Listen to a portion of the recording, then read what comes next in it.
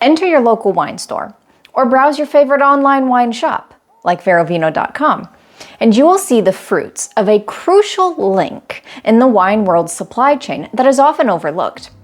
That of the wine importer. Hi there, I'm Jacqueline for Vero, and we are just that.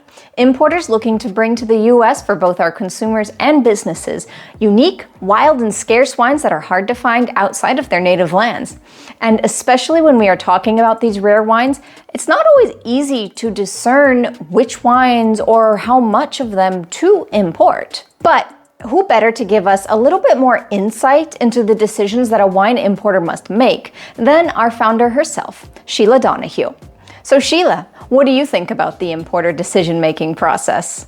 Hello, Sheila Donahue from Vero here. I wanted to give some perspective to you in this video about what it's like to be a wine importer. The type of decision that we as importers, have to make, especially when we're small, focusing on let's say more boutique wines where we're also we don't have an order from them yet, so we kind of have to guess as to what people would like in the US and what obviously is going to sell. So I get my coffee, and in the mail I get this wine trade journal. It's about Italian wine.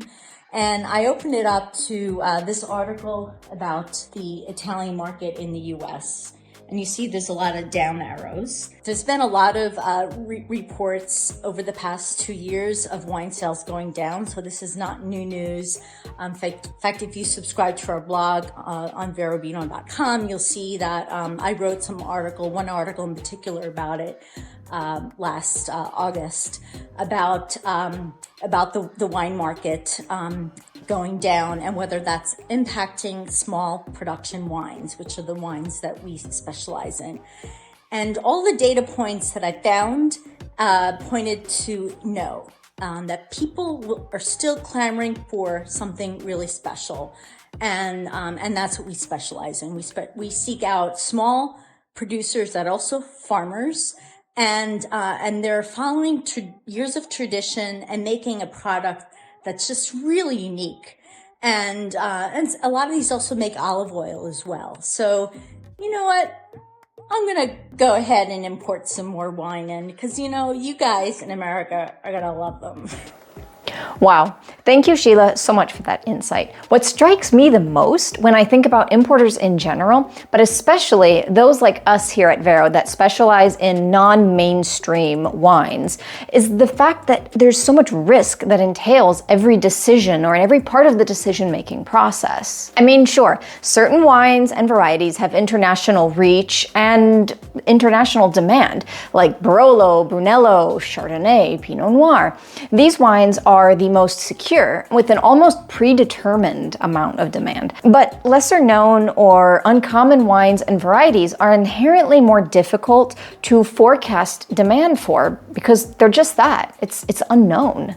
And this, added with the fact that importers must often place orders months before they are projected to actually start selling a particular wine, creates a risk that trends will change, demand will shift, and wine will be left difficult to sell in a warehouse. While for a big conglomerate importer that focuses exclusively on those super internationally recognized wines and wineries, this risk might be lesser of a consideration. But for someone like us at Vero, that's a big concern. Because as a bootstrapped small business focusing on quality rather than quantity, we don't have the same level of risk as a big box importer. This means the normally difficult forecasting task is even more demanding to translate into an ordering decision, as every purchasing decision on not only what, but how much to order of any particular wine is a crucial part of our financial health and our future as a company.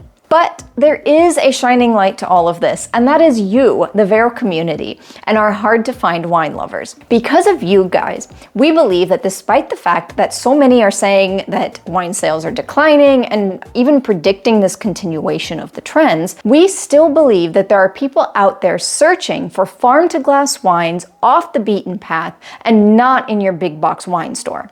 And that is why, as Sheila mentioned earlier, we are looking towards a bright future and eagerly planning our next orders for wine. And if you want to be the first to access these new wines, one of the best ways for that is to become a Vero Club member. I'll be linking that below.